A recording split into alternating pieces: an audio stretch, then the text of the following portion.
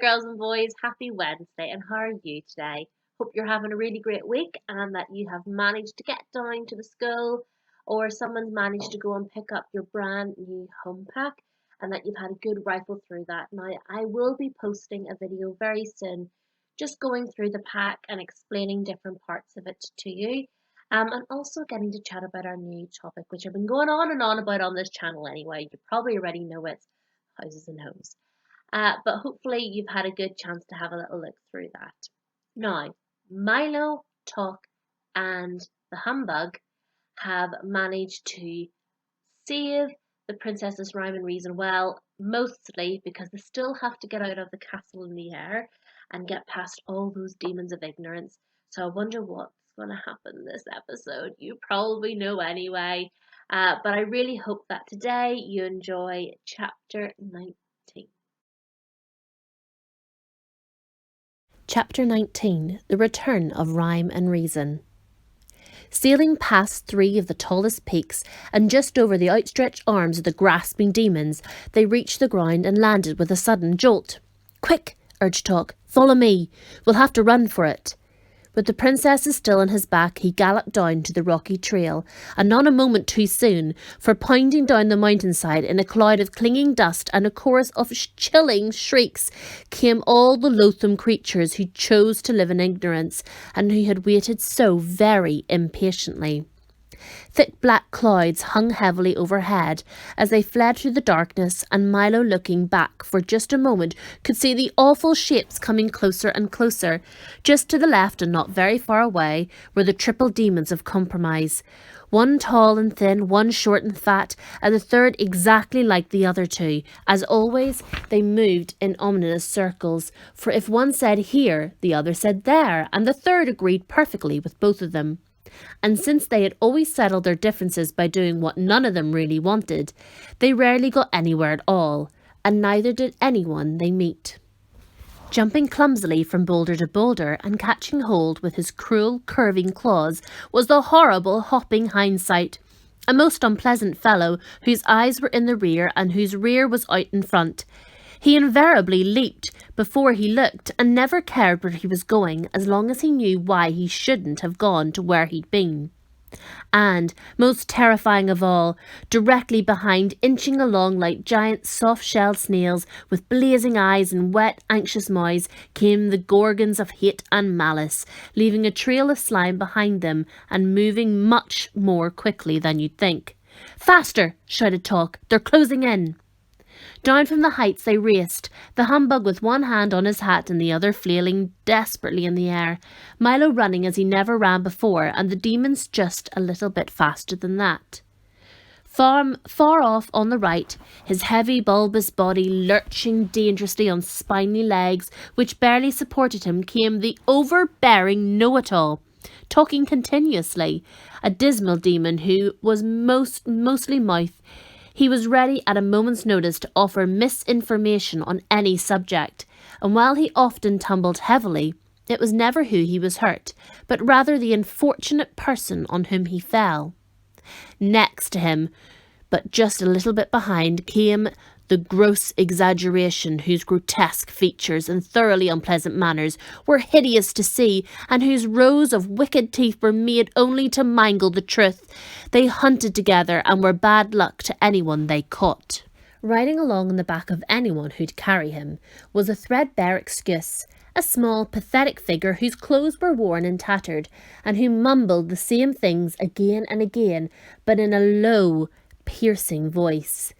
"Well, I've been sick, but the page was torn out. I missed the bus, but no one else did. Well, I've been sick, but the page was torn out. I missed the bus, and no one else did it." He looked quite harmless and friendly, but once he grabbed on, he almost never let go. Closer and closer they came, bumping and jolting each other, clawing and snorting in their eager fury. Talk staggered along bravely with Rhyme and Reason. Milo's lungs now felt ready to burst as he stumbled down the trail, and the Humbug was slowly falling behind. Gradually the path grew broader and more flat as it reached the bottom of the mountain, and turned towards wisdom. Ahead lay light and safety, but perhaps just a bit too far away. And down came the demons from everywhere, frenzied creatures of darkness, lurching wildly towards their prey. From off in the rear, the terrible Trivium and the wobbly gelatinous giant urged them with glee, and pounding forward with a rush came the ugly Dilemma, snorting steam and looking intently for someone to catch on the ends of his long, pointed horns, while his hoofs bit eagerly at the ground. The exhausted humbug swayed and tottered on his rubbery legs, a look of longing on his anguished face. I don't think I can," he gasped, as a jagged slash of lightning ripped open the sky and the thunder stole his words.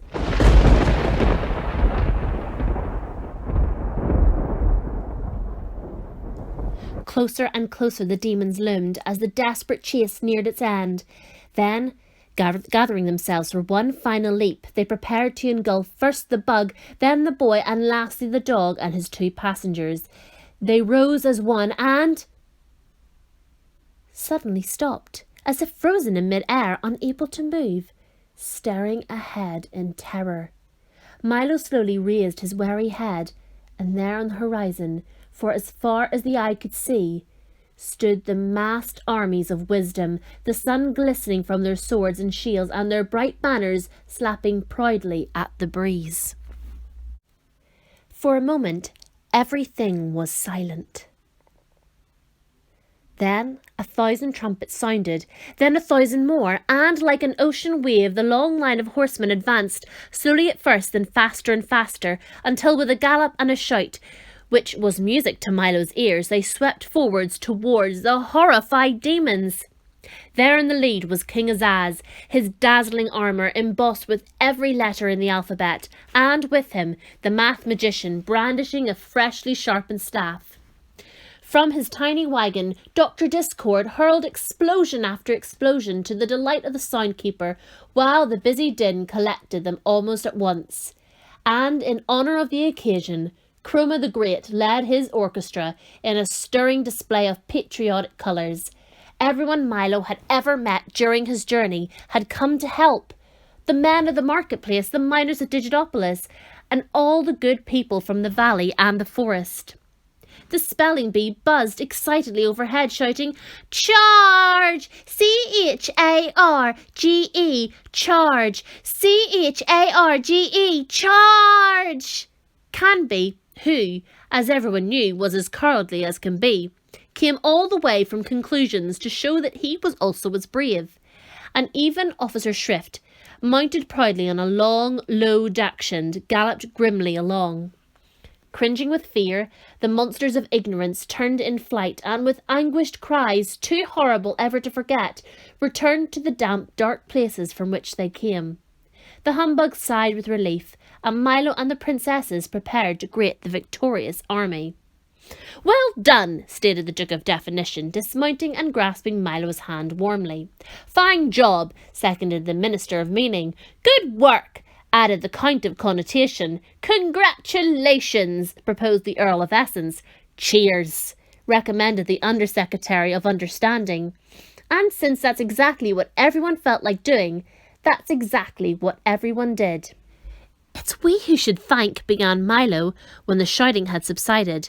But before he could finish, they had unrolled an enormous scroll, and with a fanfare of trumpets and drums, they stated in order that henceforth and forthwith let it be known by all men that rhyme and reason reign once more in wisdom. The 2 princesses bowed gratefully and warmly kissed their brothers, and they all agreed that a very fine thing had happened. "And furthermore," continued with the proclamation, "the boy named Milo, the dog known as Talk, and the insect hereinafter referred to as the Humbug, and hereby declared to be heroes of the realm." Cheer after cheer filled the air, and even the bug seemed a bit embarrassed at having so much attention paid to him. "Therefore," continued the Duke, "in honour of their glorious deed, a royal holiday is declared. Let there be parades through every city in the land, and a gala carnival of 3 days' duration, consisting of joists, games, feasts, and follies. The 5 cabinet members then rolled up the large parchment, and with many bows and flourishes, retired. Swift horsemen carried the news to every corner of the kingdom, and as the parade slowly wound its way throughout the countryside, crowds of people gathered to cheer it along. Garlands of flowers hung from every house and shop and carpeted the streets. Even the air shimmered with excitement, and shutters closed for many years were thrown open to let in the brilliant sunlight shine where it hadn't shone for so long. Milo Talkin, the very subdued humbug, sat proudly in the royal carriage with Azaz, the math magician, and the 2 princesses, and the parade stretched for miles in both directions. As the cheering continued, Rhyme leaned forward and touched Milo gently on the arm. "They're shouting for you," she said with a smile. "But I could never have done it," he objected, "without everyone else's help." "That may be true," said Reason gravely, "but you had the courage to try, and what can you do is often simply a matter of what you will do." "That's why," said Azaz, "there was one very important thing about your quest that we couldn't discuss until you returned." "I remember," said Milo eagerly. "Tell me now." "It was impossible," said the king, looking at the math magician. "Completely impossible," said the math magician, looking at the king.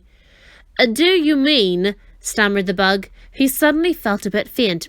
"Yes, indeed," they repeated together. "But if we'd told you then, you might not have gone, and as you've discovered, so many things are possible just as long as you don't know they're impossible." And for the remainder of the ride, Milo didn't utter a sound. Finally, when they'd reached a broad, flat plain midway between Dictionopolis and Digitopolis, somewhat to the right of the Valley of Sound and a little to the left of the Forest of Sight, the long line of carriages and horsemen stopped, and the great carnival began. Gaily striped tents and pavilions sprang up everywhere as the workmen scurried about like ants.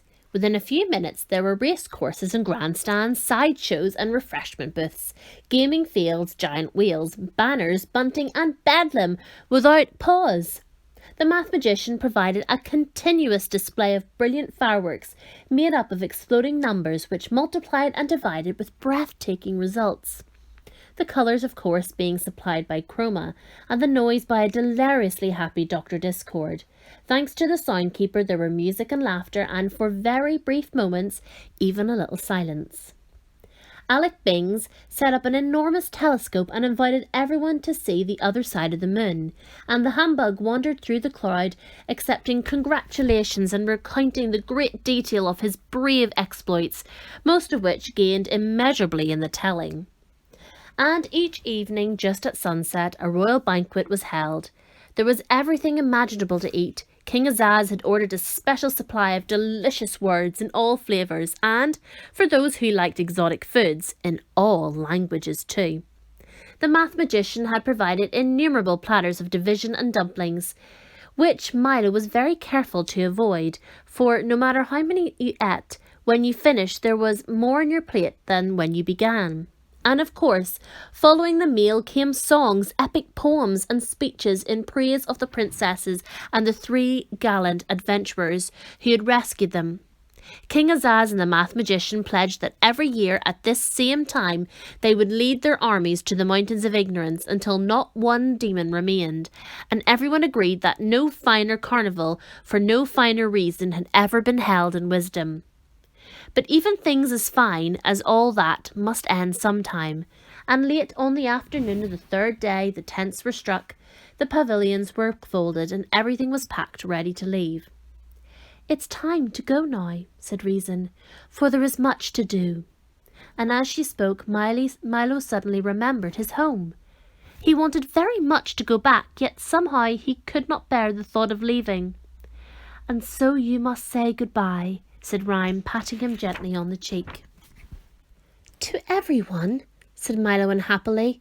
He looked round slowly at all the friends he'd made, and he looked very hard so as not to forget any of them for even an instant. But mostly he looked at Tok and the humbug, with whom he had shared so much, the perils, the dangers, the fears, and best of all, the victory. Never had anyone had two more steadfast companions. "Can't you both come with me?" he asked, knowing the answer as he said it. "I'm afraid not, old man," replied the bug. "I'd like to, but I've arranged a lecture tour which will keep me occupied for years." "And they do need a watchdog here," barked Tok sadly. Milo embraced the bug, who, in his most typical fashion, was heard to mumble gruffly, "Bah!" but whose damp eyes told quite a different story. Then the boy threw his arms round Tok's neck, and for just a moment held on very tightly. "Thank you for everything you've taught me," said Milo to everybody as a tear rolled down his cheek. "And thank you for what you've taught us," said the king, and as he clapped his hands, the little car was brought forward, polished like new. Milo got in and with one last look, started down the road, with everyone waving on. "Goodbye," he shouted. "Goodbye. Oh, I'll be back." "Goodbye," shouted Azaz. "Always remember the importance of words." "And numbers," added the math magician forcefully. "Surely you don't think numbers are as important as words," he heard Azaz shout from the distance. "Is that so?" replied the math magician, a little more faintly. "Why, if—" "Oh dear," thought Milo, "I do hope they don't start it all again." And in a moment they had faded from sight as the road dipped, turned, and headed for home. And that's the end of chapter 19. I really hope you enjoyed that. We have one chapter left to go. We have managed to get through the whole book together online, girls and boys. And I have to say, it's been really, really special. Although I would have much rather have read it to you in class. But we've managed somehow to get reading it together at least. Now, on Friday, for our final chapter of the Phantom Tollbooth, I do have some special guests lined up to come and join me on the channel and have a little chat about everything. So really, really excited, girls and boys, to have them here and for you to see them as well. I also want to take this time to say congratulations to everybody that has been working so hard on TT Rockstars. We are doing really well. Like, we are doing really well. So please keep that up. And anyway, look here, make sure you do tune in later this week as I'm going to have a chat through the new pack, explain a few things, and I'll also put up some pictures that I think might really, really help you with not only your adding vertically, but your subtracting vertically as well, because those are really important things that you need to have a solid grasp of when you go into P5. And my goodness, that's going to happen really, really soon. The time is flying by for the most part. Look here, girls and boys, continue to stay safe, wash your hands, and I'll see you Friday.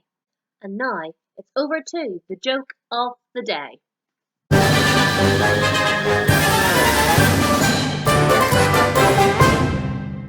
What did the stamp say to the envelope? "Stick with me and we'll go places."